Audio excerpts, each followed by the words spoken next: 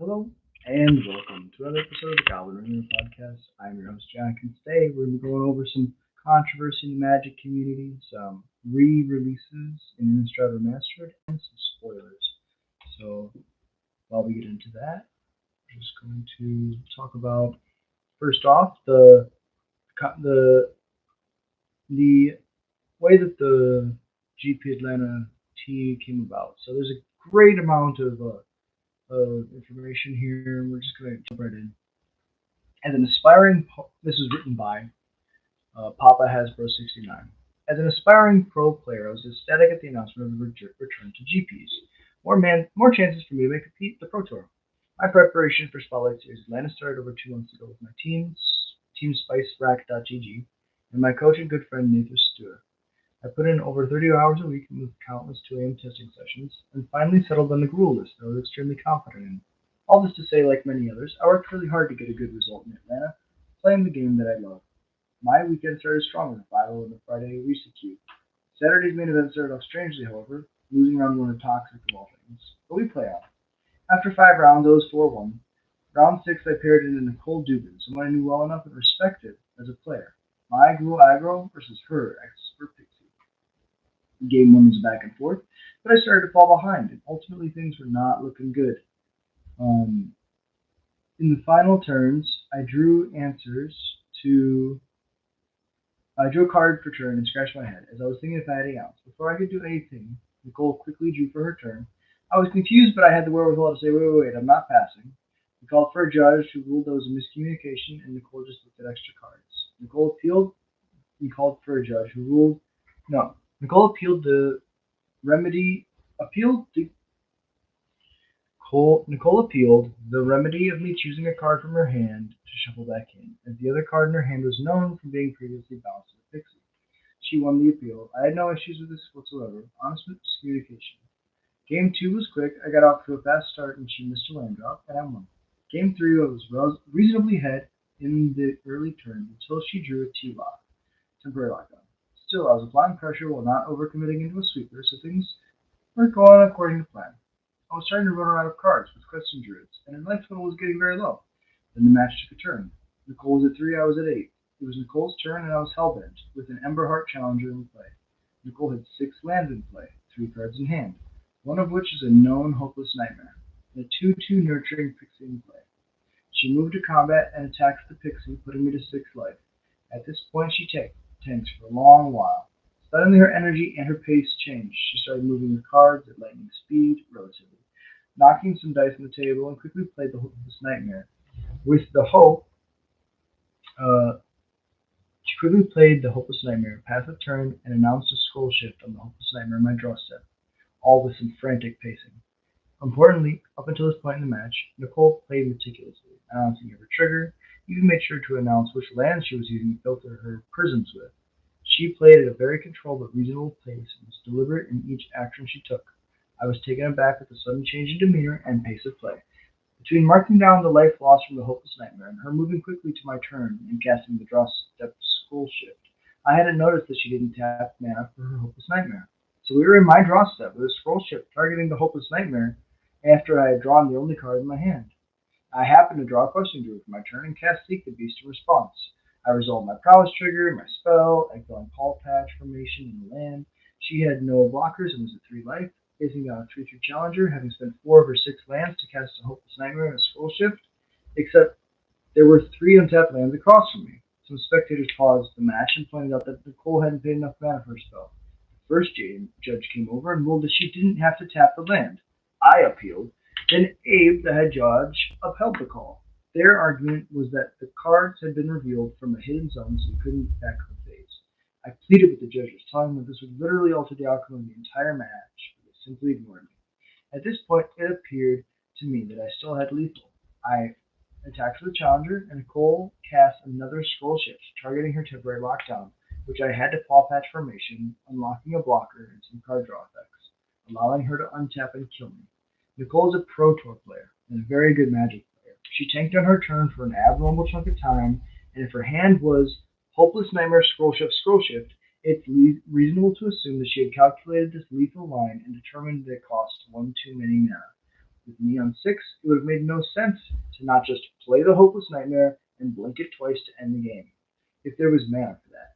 Even with the bad judge call, there was still an opportunity to make things right, which I clearly brought to her attention. She could tap the land, or just concede with being dead on board. Instead, she chooses to take the erroneous extra mana to stay alive, untap, and kill me, then mumble an apology afterwards. Whether she intended to cheat or just took advantage of a crappy call, I'll never know. But I know it didn't feel good. The next round was called before I could collect my thoughts. I sat down in front of my next round opponent and found myself so upset that I accidentally kept an unplayable hand, lost, and then dropped from the tournament out of frustration.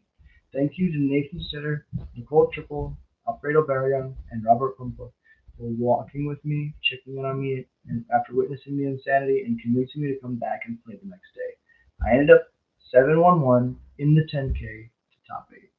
That's amazing. It's an amazing story, and honestly, it's a really interesting situation.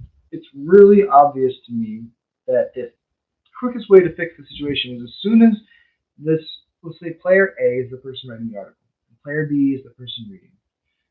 I feel like the easiest way that you can stop this is if you just tell your opponent, hey, you didn't tap enough mana for that spell. 99% of the time in a game of Magic, when you say that, your opponent taps the land. They just say, you know what? You're right. It was one extra mana. It's untapped. Let me just tap it. Everything else stays the same. Nothing changes. But to say in a comp REO, because this is what it sounds like to me.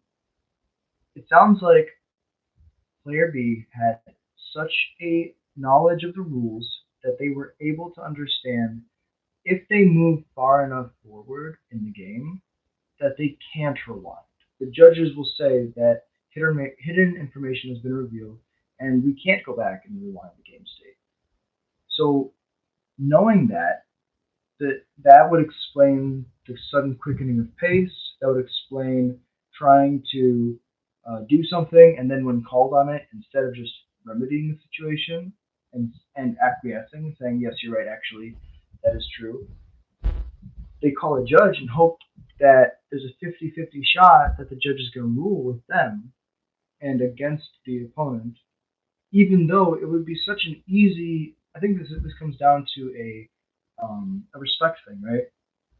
Do you respect your opponent enough to try and give them every chance that they have to win, or do you believe that winning is something that you earn and you should take, and so that the decisions you make really don't impact that like worth you have to win because you deserve to win. And that's, I feel like, how people who cheat have to think about the game, is they have to think that they deserve the wins and they're frustrated that they didn't get them when they don't, because it's a game, right? You win, I win, you win, I win, you win, I win. Depending on the day, right? One of us is going to end with that loss and one of us is going to end with that win.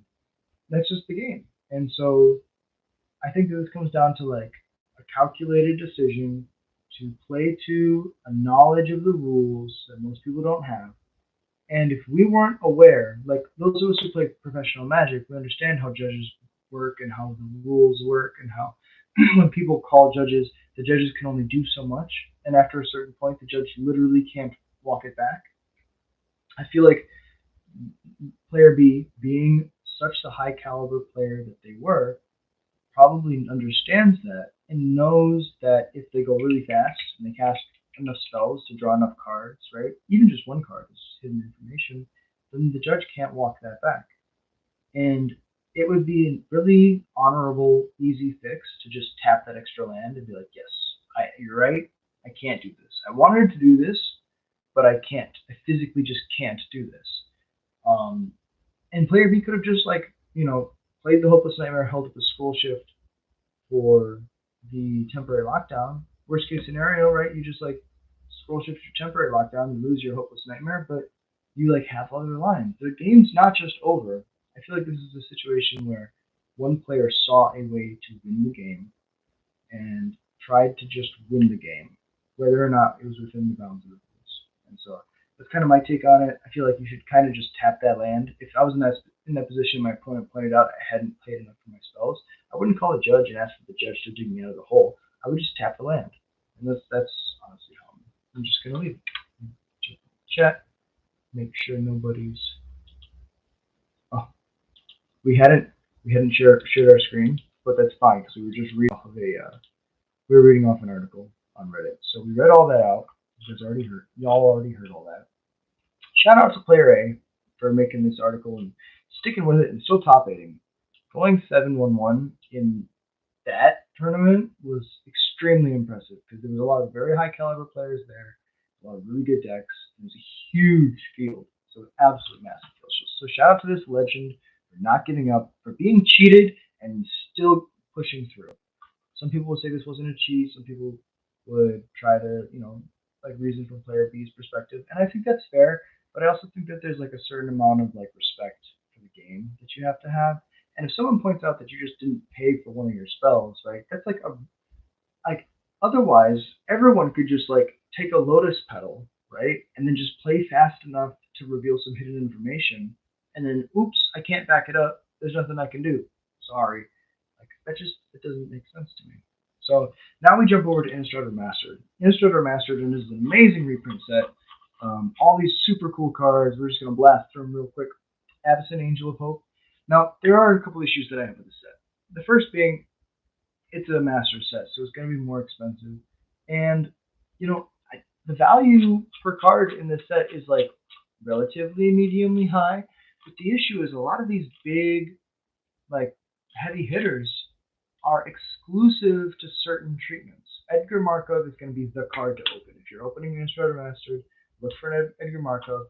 There's going to be a serialized version. There's going to be an old border version. There's going to be a movie poster version. There's going to be a bunch of different versions of him, and he's going to be worth a lot of money.